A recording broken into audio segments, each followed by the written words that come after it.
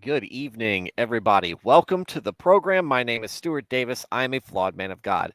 I'm a deacon at a small church just outside of Richmond, Virginia.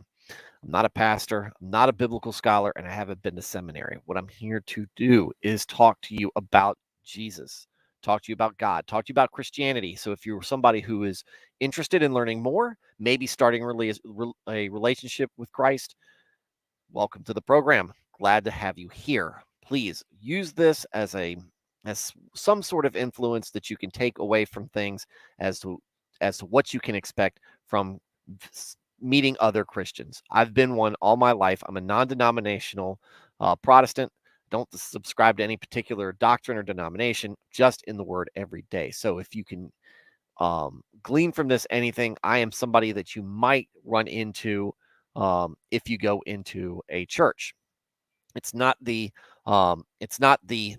stereotypical, very dull, very judgmental, um, overly legalistic uh, place where you go to feel like you're better than other folks and be told that you owe money to people.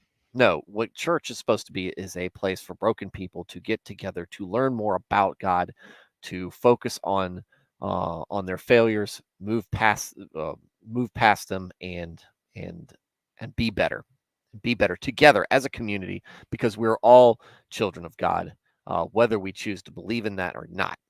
If you are here because you just want to listen to conversation, Christian takes, share some of your own, welcome. Love having you guys. Be in the chat, be active. Go ahead, give me your takes on things. I want to hear about it. And also make sure promote this channel by liking, subscribing, sharing with other people that you think might enjoy this. I would appreciate it. It is all part of the mission here at Flawed Man of God. So, welcome, everybody. It is Thursday. It is Thursday, and we've got some folks in the chat already. Nico in Dresden. Leighton Yankees. Yeah. Yeah, the Yankees beat the Reds last night. I was kind of sad. Looks like, let me see.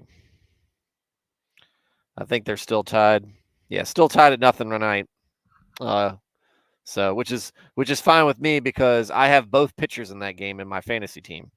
So I got Luis Castillo and the hilarious Nestor Cortez.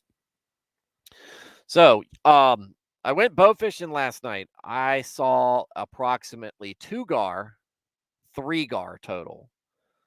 Um, didn't have a shot on 2 of them, and we saw 1 dead catfish. The water when we got there was incredibly murky, and one of the things that you need, especially if you're bow fishing at night, is visibility and clear water, at least to some degree. We quickly understood that unless the fish was going to be about 6 inches or less beneath the surface of the water, we were probably not going to see him, much less get a good shot off at him. So we saw one drifting away from us. My buddy got a shot at him, and I took a late shot behind him. I usually do more to take care to make sure I'm shooting safely than anything else, and I missed on that one. And then the second gar we saw, I was having a bow malfunction on the reel that I was trying to fix. So I did not get a shot off at that. And then the third gar, much like the last time we went bow fishing, is once we packed everything up and we were heading out of the heading back to the landing with the main motor on, he went right across the bow. I mean, so we didn't have our bows out or anything. We just see him just go right past us. So we didn't catch anything. So that's 2 times out with no fish. It's kind of disappointing, but that's how it is. It's not always different from regular fishing. Sometimes the fish don't bite. Sometimes you can't see the fish, and if you can't see the fish, you can't shoot him in the face. At least not deliberately. So that was our thing last night, but had a great time. I love hanging out with my buddy. We brought his son out, so it was his first kind of experience. He was just kind of watching things. He just kind of learning how the whole thing goes. We go a little bit late in the evening, so I think it was around 1 o'clock. Around 1 o'clock, we were putting in. No, 12:30 we were coming back, which is actually kind of early for us. We can stay out as late as 3 in the morning.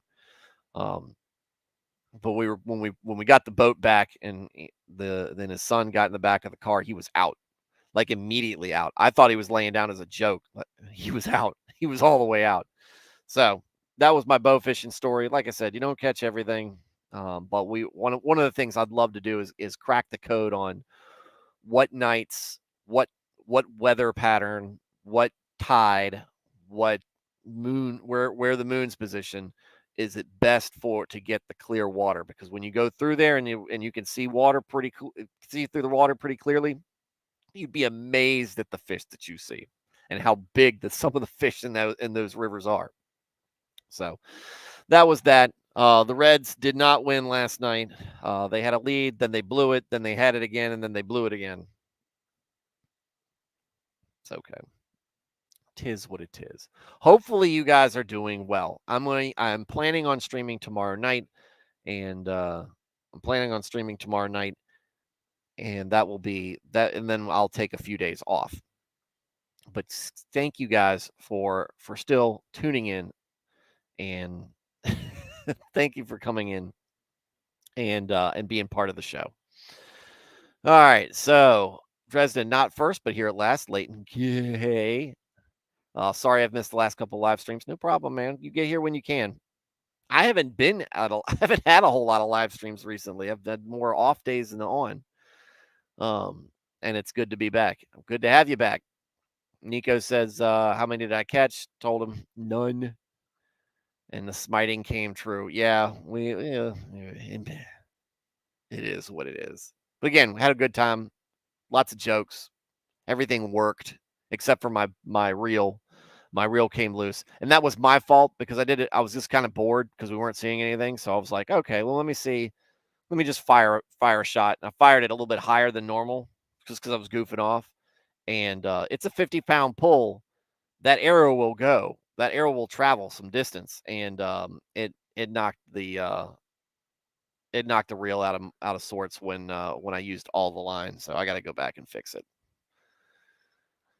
Anyway, so tonight we're going to continue with Joshua. We're going to continue with Joshua. Want to talk a little bit eventually about this Episcopalian nonsense with them trying to go after crisis pregnancy centers, which I think is awful. I think it's stupid. I think it's absolutely against the faith, against Christ's teachings, against a whole lot of crap because you're so worried about politics. I'm sick of it. It was something that me and my buddy were talking about. My buddy's a wonderful singer, great believer in God himself.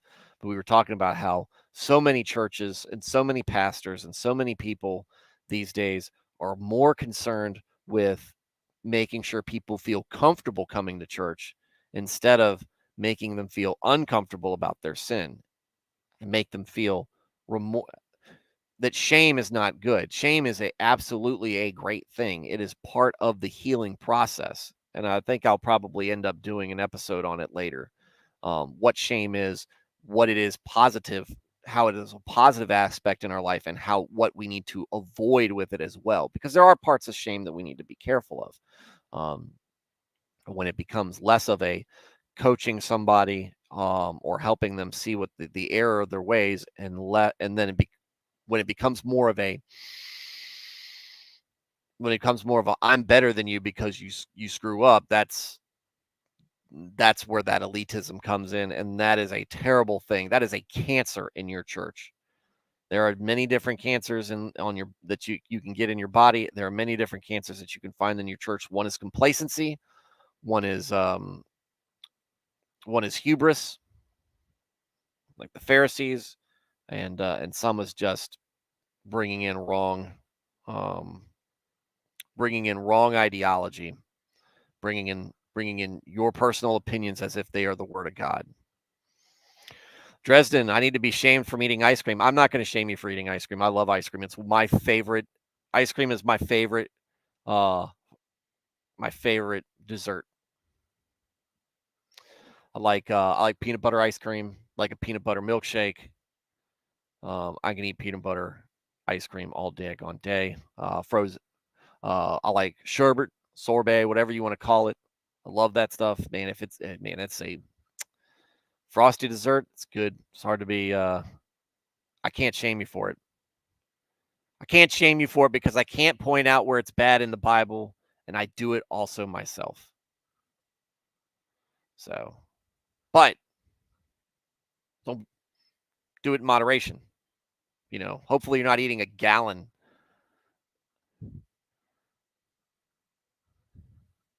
There are two. Oh, Nernaeth is here. Welcome, Nernaeth. There are two kinds of pity. One is difference perceived, and one is of difference perceived, and the other of kinship recognized. The first is near to pride, and the second to love. J.R.R. Tolkien. That's a good quote, man. That's a good quote. What does the Bible say about fat shaming? I think that there might actually be some there might actually be some passages where they talk about there are a couple passages where they kind of talk about men's weight.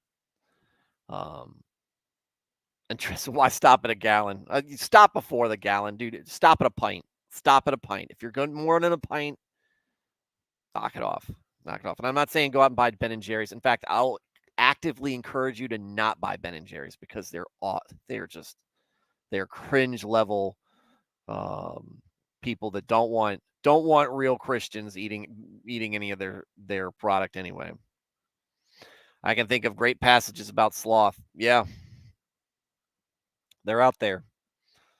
They're out there. But going back to Nernath, go back to what you're talking about, the pity. Yeah, I mean, you can genuinely feel sorry for somebody. You can genuinely shame somebody because you want them to do better. Perfect example, I think, is when you're dealing with somebody who's going through addiction. You can use alcoholism or substance abuse of any type as an easy one to do. Um, I was watching that. I was watching Nick's stream from last week, I think, when he was talking about porn, which I feel like this man's got to have some sort of sonar. Me and Eric were going to talk about it on our next stream, but I thought he did a great job talking about that. But when you're talking about people who are struggling with a sin, struggling with an addiction or something like that, and they're either giving up or they're just trying to come up with excuses on why it's okay. Infidelity is a great one too. But they can do better. They can do better, and they know that they can. They have the capacity in them to be better, and so you want to coach them along. You want them to figure it out. You want to help them, and part of that is confronting them about it. Look, you're not going to be able to hide because the reason you're making excuses is that what you're doing is wrong, and you're just trying to find some way out. You're trying to weasel your way out. You want a loophole or whatever. I don't think God really cares too much for loopholes when he knows in your heart, he knows that in your heart that what you're doing is wrong. So, but you go and try to help somebody out with that, and you get frustrated by the fact that it's not going on, while there might be outside factors or internal factors at play that are really just frustrating you. And it happens. It's okay. It's okay to have those feelings on both sides, whether you're the person sinning or you're the person trying to coach the person out of it. Because it's a frustrating state. It's a frustrating state we can find ourselves in when we continue to do the same wrong thing over and over, or when you're trying to help somebody and they keep doing the wrong thing over and over. The other way, and that was the kinship recognized, right? Difference perceived is, look at that guy. He's got this problem. Or you go to you look down on them. You're condescending in how you talk to them. You talk to them like they're a child. They're a misbehaving child that doesn't belong to you, as opposed to your child that you're talking to out of love. You can run a person away from the faith very, very quickly with that behavior, or even worse, maybe even worse. You can turn them into somebody who's acting just like you. And that's not where you want to be. That's when you're. Blaine's cracking me up in here. Nernath, Eric, does he even come on the show anymore? Eric who? Eric Rollon. He'll be on here. He's look, I mean, he's changed venues, right? He's moved up to New York, state, not city. And that means he's got he's still settling in and getting his schedule set on that, but he's still coming on. He's still going to be coming on. I probably once I get through with some of this busy summer, we'll settle into a much back to our old schedule. Upstate New York, I hope, pretty much. He's got a nice little spot that he's at, and it's nice and quiet. It's not in the best state. I think anybody can recognize that. But if you're going to live in New York, this is a nice little spot removed from civilization that any of us country folk would appreciate. I certainly do. Blaine said, made it. Nico, before you criticize the fat on your brother's hip, remove the adipose lipids from your own waist. What if you want to get fat shamed? I know right where to send you if you want a good fat shaming. Dude, just be healthy, people. That's really what I want. Think of it. My way of fat shaming is, look, if you are unhealthy in your current condition, and you can be too fat or too skinny, whatever your condition is, whatever your habits are, people want you to stick around as long as possible. People want to enjoy experiencing what you have to offer for as long as possible. God will come and get you when it's your time, but in the meantime, do what you can to impact people's lives in a positive way. And so that's not fat shaming. This is fitness encouraging. This is fitness encouraging. I want people to make it. I want people to make it. I want people to be around. And it's just like, we haven't really talked about it much around here, but suicide, I haven't been around it a whole lot, oddly enough. I haven't been around it hardly at all. And so, but I do view it as a very, very selfish act. But the reason why is because it leaves a wake of people, and your habits aren't necessarily intentionally killing yourself, but think of the people that you would leave behind by living in a way that is not treating your body with the respect it deserves, because God created that body. Right? He gave it to you for a reason. He gave it to you for a reason to do what you can do and take care of it. Take care of it in the best way possible. Nico, the body's a temple, but I don't think God needs the new additions. I mean, like chins, back tits, stuff like that. No, I just I want people to be healthy, and I want people to that's what I want. That's what I want from people. So, all right, let's see. All right, so we're in Joshua 12 now. Since it's been a while, we can go back a bit and just reload.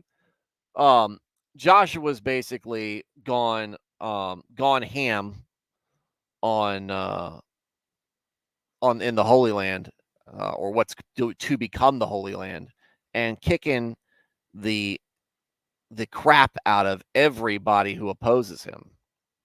And the list is long.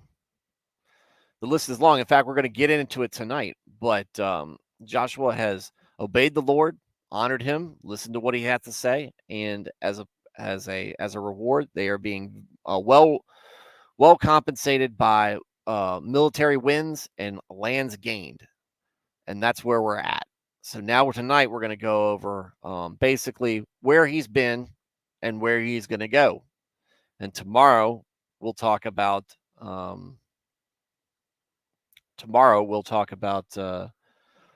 the assignments.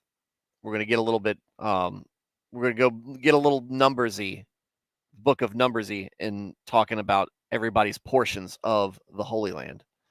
So, without further ado, folks, Joshua, might I present to you Joshua 12, the list of defeated kings.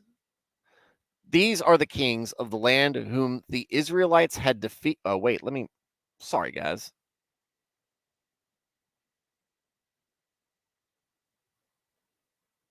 Let me share my screen.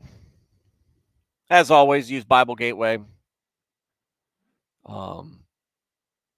It's the best source out there. You can get whatever translation you need, and you can get it at the, really, it's right at your fingertips. These are the kings of the land whom the Israelites had defeated, and whose territory they took over east of the Jordan, and from the Arnon Gorge to Mount Hermon, including all the eastern side of the Arabah. Sihon, king of the Amorites, who reigned in Heshbon. He ruled from Eror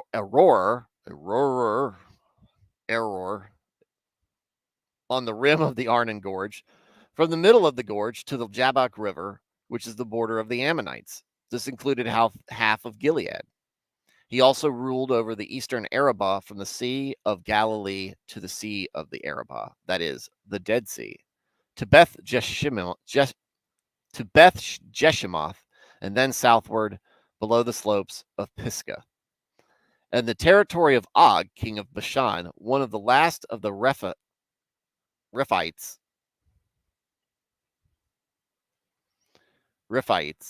who reigned in the Ashtaroth and the Edrei. Nernath, I need your help here pronouncing these.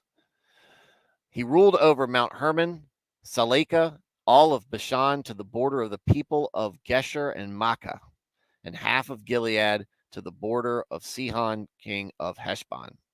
Moses, the servant of the Lord, and the Israelites conquered them. And Moses, the servant of the Lord, gave their land to the Reubenites, the Gadites, and the half tribe of Manasseh to be their possession. Here is a list of the kings of the land that Joshua and the Israelites conquered on the west side of the Jordan, from Baal Gad in the valley of Lebanon to Mount Halak, which rises towards Seir. Joshua gave their lands as an inheritance to the tribes of Israel, according to their tribal divisions. The lands included the hill country, the western foothills, the Arabah, the mountain slopes, the wilderness, and the Negev. These were the lands of the Hittites, Amorites, Canaanites, Perizzites, Hivites, and Jebusites. These were the kings. Just sound confident in the sound. That's all I got. Look, man, this is a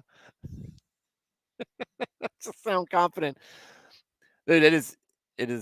I'll try to do that more. You see this long thing and you're thinking about, should I just sound this out or do I need to get clever with it? I'm not decisive enough. All right. These were the kings. The king of Jericho, 1. The king of Ai near Bethel, 1. I don't know what this one thing is on the side, but I don't know why it's going down the aisle. I guess it's 1 king of Jericho, I guess. I think it's one of all the ones I'm getting ready to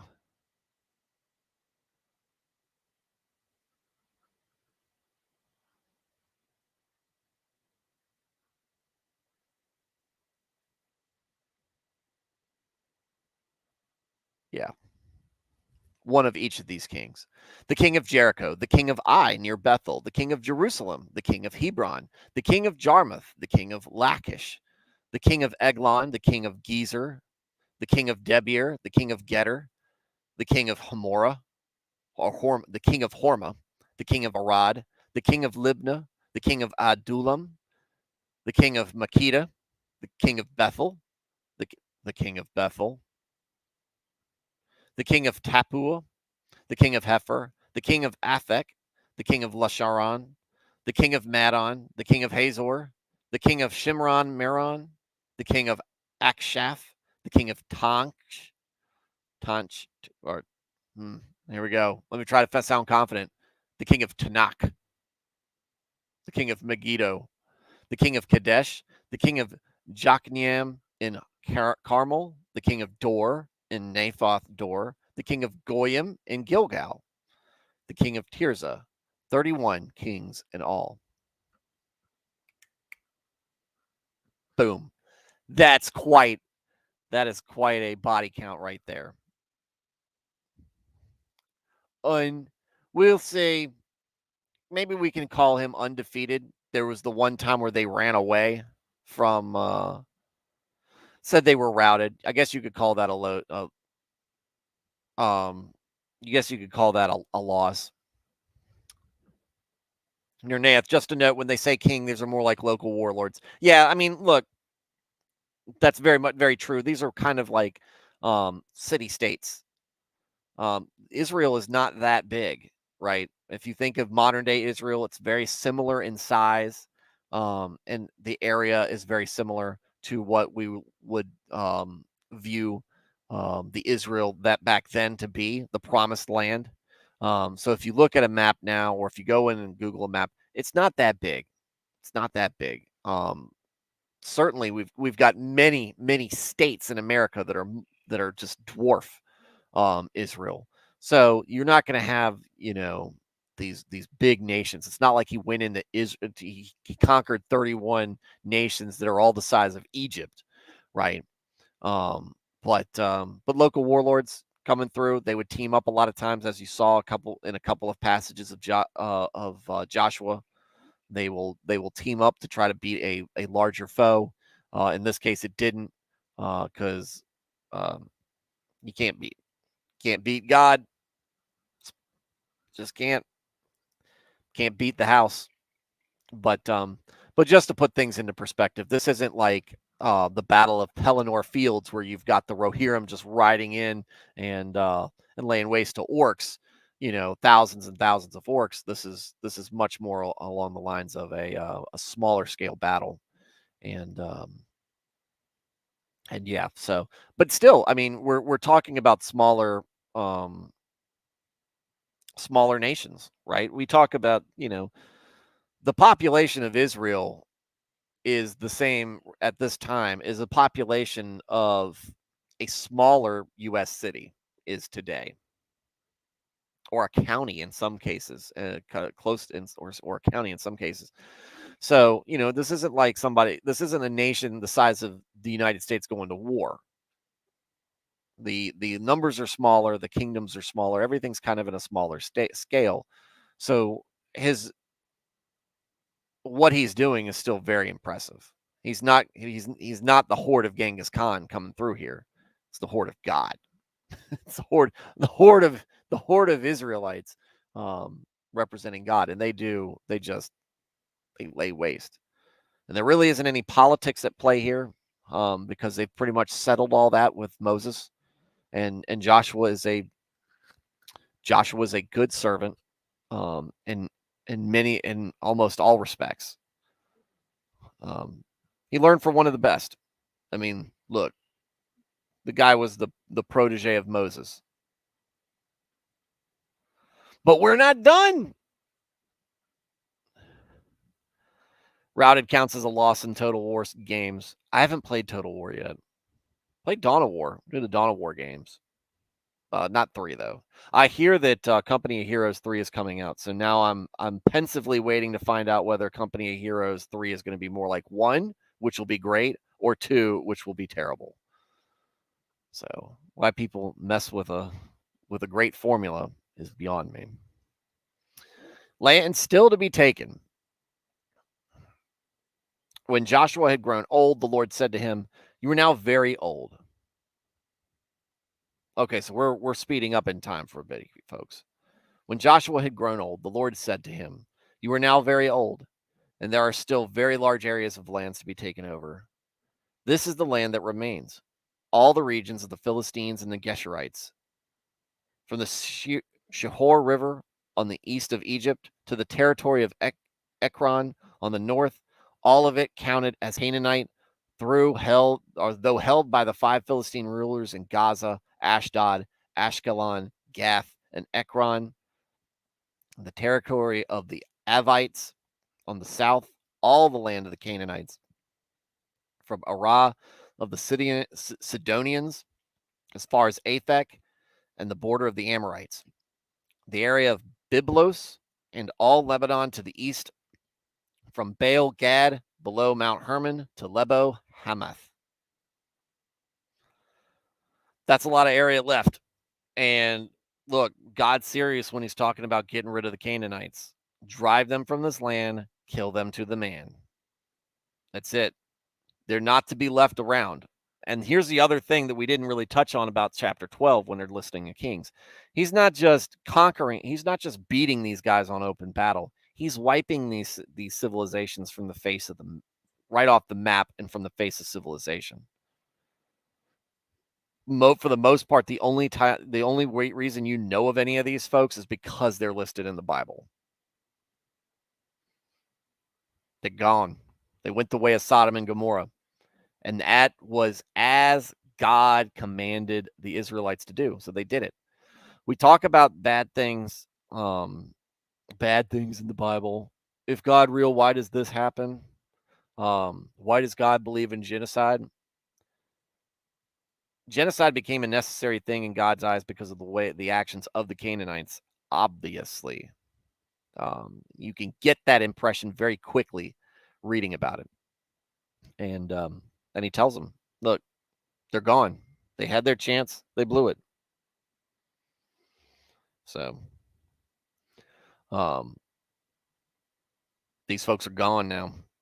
But there's still more work. And Philistines, they're going to be a remaining they're going to be an interesting faction. Oftentimes the antagonist in many of these accounts, but sometimes they're just kind of a little benign.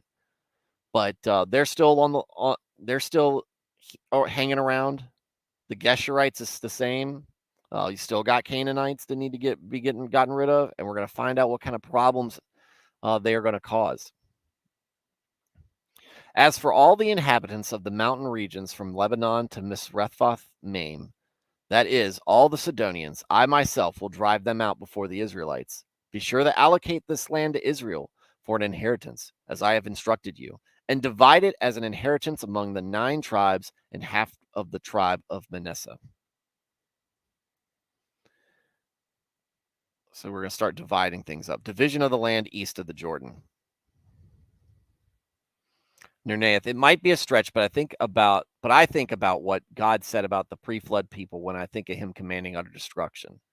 Thought only on evil all the time. You can't fix that. Yeah. I mean, you've given yourself completely into things. We talk about the way I talk about faith and what faith in Jesus is, faith in Christ, faith in God, faith in Christianity. It's not just I believe that Jesus exists. I believe that God exists. It's I have faith that what they promote as wholesome, what they promote as righteousness, what they promote as what is good, is something that I want for myself, that I want to be a part of. I want to strive to be part of that. I'm buying into what they have to say, to what they're selling. That's faith. Even Satan believes in God. He doesn't buy into any of that. He doesn't want that. Lots of people just give that up. People who are just given in to the hedonism and the earthly existence that we have here. They just want all of that, and they don't care. They don't care about scruples. They don't care about ethics. They don't care whether something's wholesome. They don't. They might have some sort of conscience going on, that they want to do some good, but for the most part, they don't care about that there is a God that could be judging them, or they actively resent it. You can see that in the media all the time. You can see that there are people around you. Usually they're very full of themselves, but you can see that there are folks out there that have no relationship with God that really wouldn't that act like they wouldn't want one if God himself appeared to them and held his hand out to save them and be like, look, all you have to do is touch my hand. I'll take you to heaven. But you gotta believe this stuff is good. And they might go, no, I don't want that. I want to do what I want to do. Free will is an interesting little thing there. God wants us to come to him freely. but that doesn't mean we're free to do whatever we want. And that's the trying part.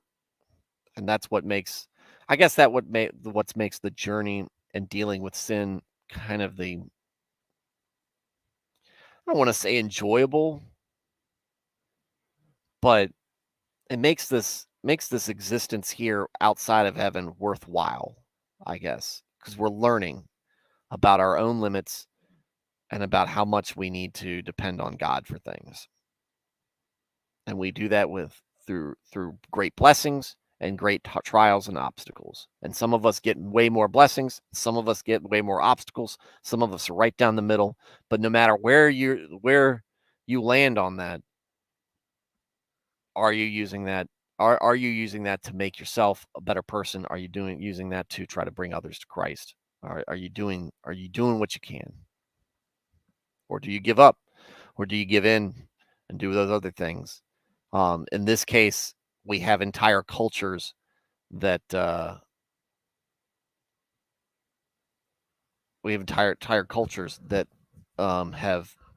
just given into the worldliness of this existence, and that's what we see with the Canaanites. Nico, one can't one be good and wholesome? Can't one be a good and wholesome person without necessarily believing in the afterlife?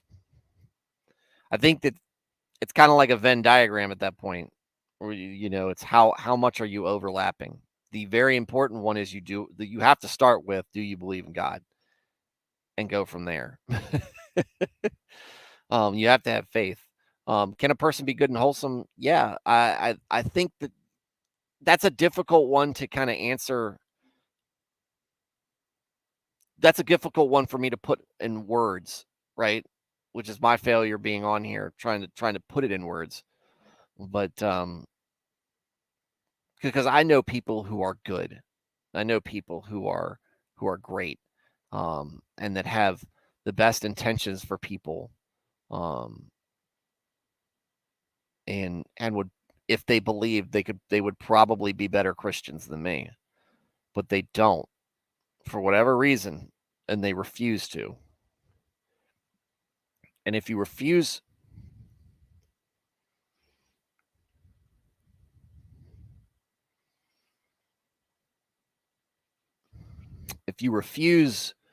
um, to acknowledge where all this comes from and who your father is, and we're all, and buy in that that's your creator and everything, you're kind of just rejecting them, right? You're not out looking for them. You're just, you're doing good things, but you're still out on your own, and you haven't decided to come. You haven't come home, and you don't want to come home. So I think actions can be good, but the person can't be. That's another. I think that's another good attempt to answer that question. Nirnaeth, depends on what you mean by good. Jesus said, only God is good. You certainly can be moral. Yes. Yeah, we're getting closer to the mark with that. It's a hard thing to put into words exactly. But the bottom line, which you really need to focus on more than trying to fit to answer that question, is, are you starting with from square one? Square one is, do you believe that God is the great creator, is your father, that he created all this, that he put that Christ is part of that Trinity, that he came down here, died for your sins, and that the Bible is basically our textbook for Christianity. So Nernaev asks Nico, does a person do good things, or are they good because they do good things? The motive can be divorced from the person. Mussolini might have helped a lot of ladies cross the street. I think what Nico is saying is that does somebody have a heart, a heart that really is given to service, given to love for their fellow man, but still does not believe that God exists. Like a person that seeks all the things that Christianity has to offer and that Christianity tells you to buy into, but misses that fundamental part at the beginning is God. I think people like that are the closest. Those are the ones that frustrate me the most, because those people are the folks. It's like you just need to take that leap. You just need to make that leap of faith, right? Just need to trust in Him. Just need to I understand that He is there. Because look, we can see folks who are Muslim, um, or folks who are Jewish who have faith in God to a degree, but they don't, and may live within the tenets that we. I like that, Nurnath. Um, yeah. Um, they're doing they believe in the tenets. They're buying into a lot of the tenets that we agree on, but at the same time, they don't they don't believe in the right thing. So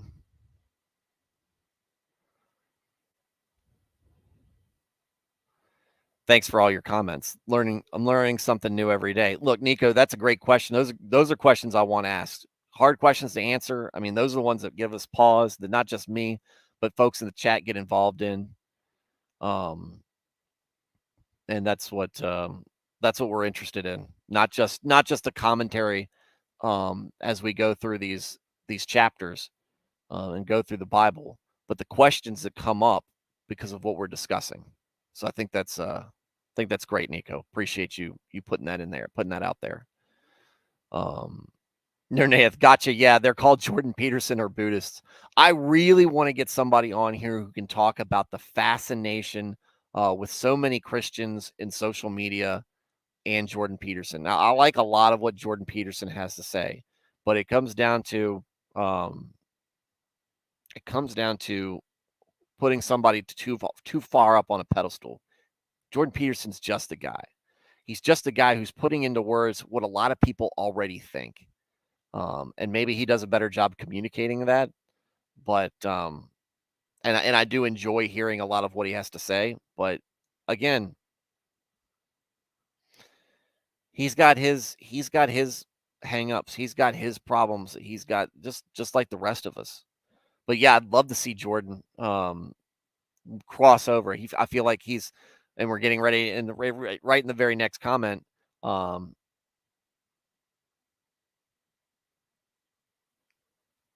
I'm trying to think of how I'm going to um, say your screen name. Greater Rex, TR Greater X1. I'm just going to call you Rex. How about that? Until you correct me on how to say that correctly. I'm that person. I'm 3 millimeters away from faith. Haven't quite gotten there yet. Well, look, I'm not my place to condemn you, especially when you're working your way there. If you've not quite gotten there, what I would say is keep trying, keep keep doing what you can. T-Rex is great. T-Rex is great. Keep trying to get there. Keep trying to get there. Maybe not do it. Maybe not force that effort so much, but just um, try to let that growth go as naturally as possible. Surround yourself with people of the faith. Listen to what they have, and then study what you can. Right, but don't go. I need to do this. I need. Don't try to force yourself into a logic, because that's a great way to fall out of it. Um, when you are confronted with something that is contrary to that, or you're dealing with something that really tests your faith, that's where you can quickly fall out of it. So I pray that you're that 3 millimeters that you are away from it becomes zero, right? Um, yeah, Nico. Yeah, some people worship Jordan and get too heated over it. Yeah, I mean, Yeah, I mean, you see that. I mean, that's not uncommon with him, or I mean, there's a lot of folks. I mean, a lot of people are obsessed with Tim Keller. A lot of people are obsessed with John MacArthur. A lot of people are obsessed with who's another person I can pull out. Um, anyway, um, David French. They hail. They hang on their every word as opposed to thinking for themselves and just using them as maybe points of inspiration, or maybe somebody putting something in a way that it makes it easier for them to use as a touchstone for their path to to improvement. But when you look at those people, don't forget the main source for help is always God, right? Always make sure he's the primary focus. Blaine, 3 millimeters or 3 miles, it's a leap no matter when it clicks. Look, it's a leap sometimes when you believe, right? T-Rex is not. I mean, if you make if you ever make that leap, that's not mean that doesn't mean that that it's going to be without doubt either. And I'm not saying that because that you might be under any illusion that is, but it's more of this as a disclaimer. Um, but I mean, my wife is the perfect example. She in many ways is agnostic when we met. Um, had did not believe in that God was that God was the um, sole being of salvation, or that maybe there was anything after this. And now she is very much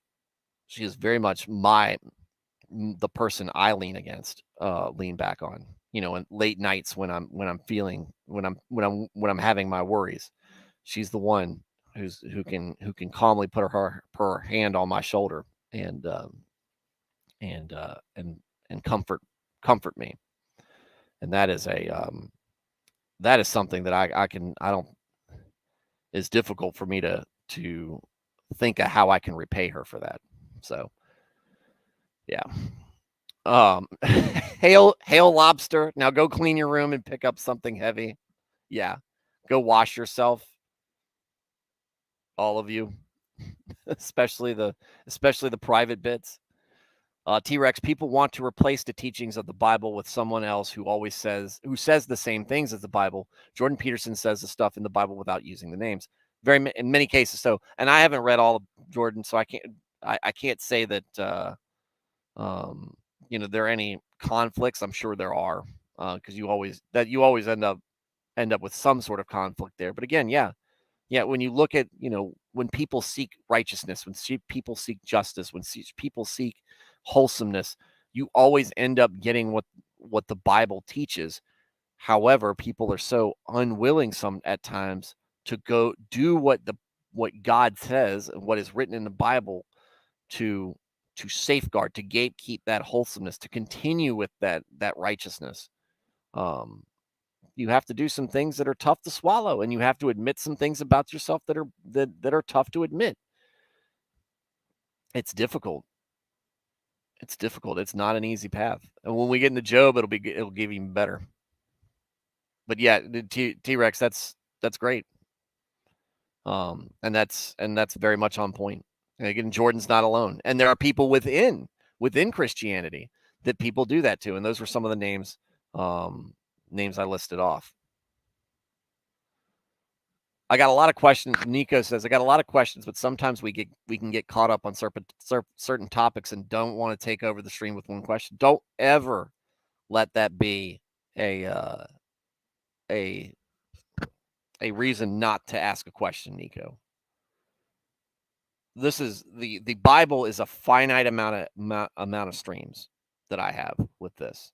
We can go as slow as we need to get through it. But what I want is when you have a question, when you have something you want to share about it, I want you to put it out there. It's the reason why I'm doing it live. That's the reason why we're doing a chat, and this is especially the best time to do it, Nico, for at least for now, while we have a small group in here. because I'm either going to stay small and things will be great, or I'll shrink and then there won't be hardly anybody in here to interact with other than myself. Fig's been here when it's been very small, back when it was very small. Or if for some reason my channel blows up and then the chat gets much bigger and much more difficult to kind of get a word in edgewise.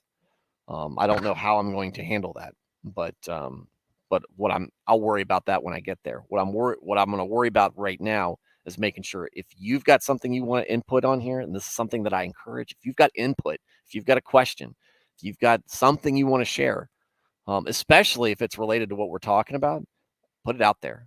Put it out there. I can always say, no, let's get to that on another day or something else. But I don't want you to don't feel like you're burdening the show with that with that. I mean, we could end the show right now at an hour and only cover one chapter. I don't care about that. I care about you. You're tuning in. This is content you're looking for. So, no, always ask the questions, Nico. Ask the questions. I want to hear them. I might not have answers for you. I might tell you straight up. I was like, I don't know how to answer that. But we can talk through it. And maybe we'll both go to and maybe we'll both get some insight out of it. Blaine's Escape Corner, 100%. It's like marriage. Every morning I choose to love my wife. Every day I choose to follow God. Yeah. Yeah, the Presbyterians and the Calvinists might disagree, but we'll get there. We'll cross that bridge later. We don't need to get into a predestination loop. Chat runs the stream. Hey man, I don't mind that. Look, I'm the MC. That's just me, right? I'm the host. But I will let the chat take these discussions where they can, and we probably will end up. I'll read through this part really quick, because I don't know if there's going to be much for us to really stop and discuss once we get to stopping point. The chat's still going pretty well. Nath, you're a great man, Charlie Brown. Funny you should say that. I was drinking tea out of this Tervis tumbler. It's got Snoopy on it.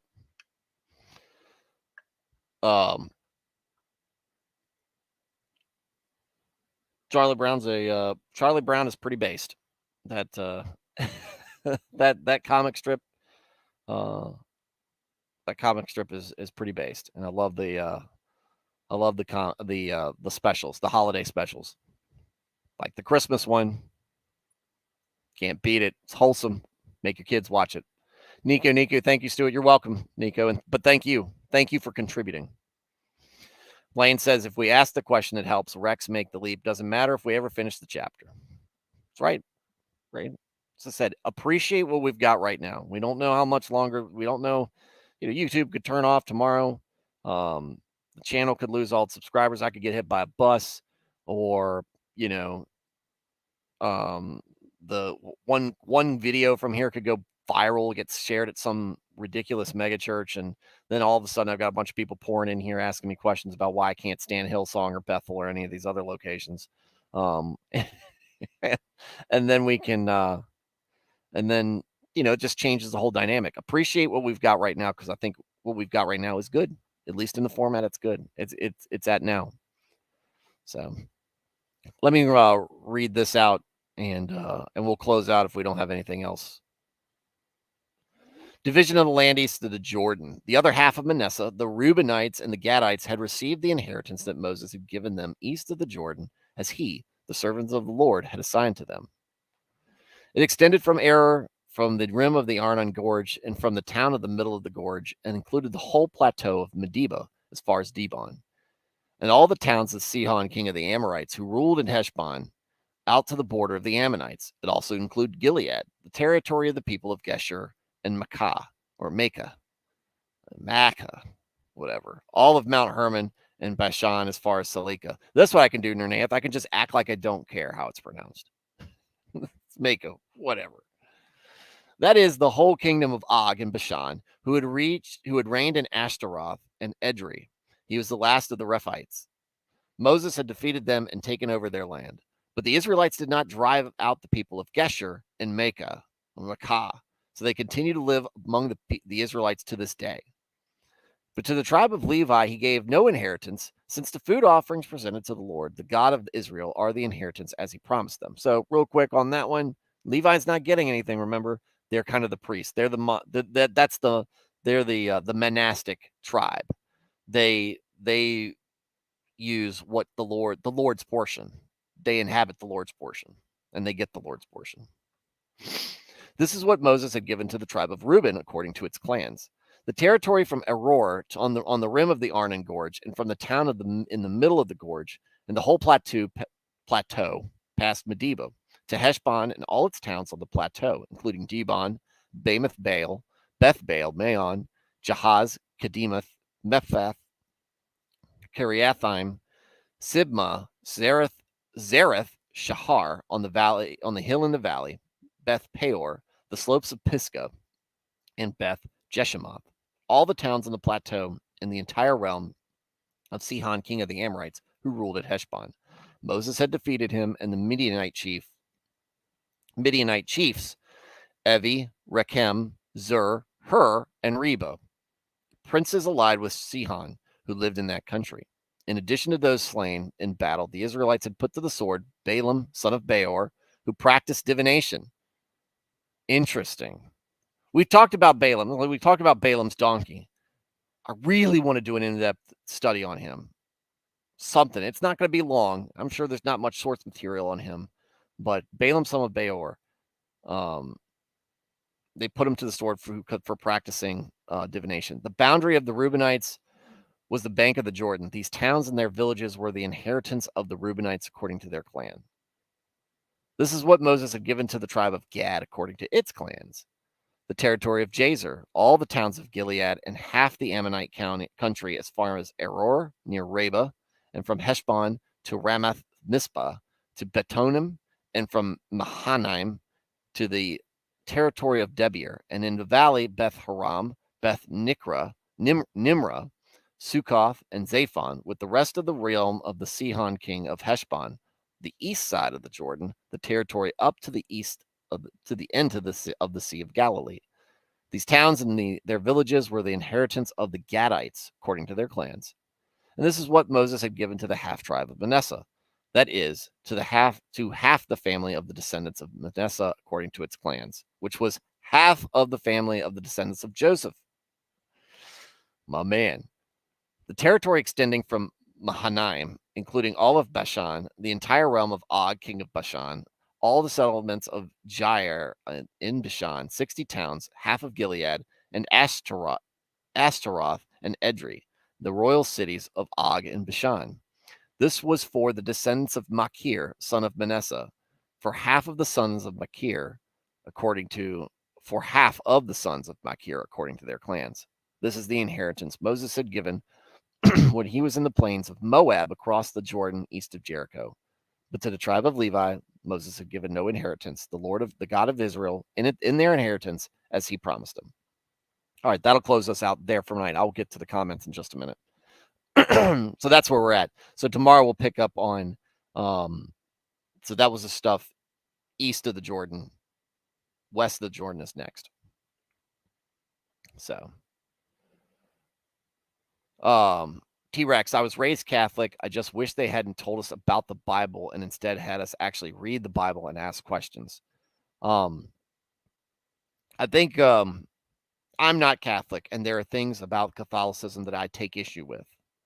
I do not think that Catholics are heretics in many practices.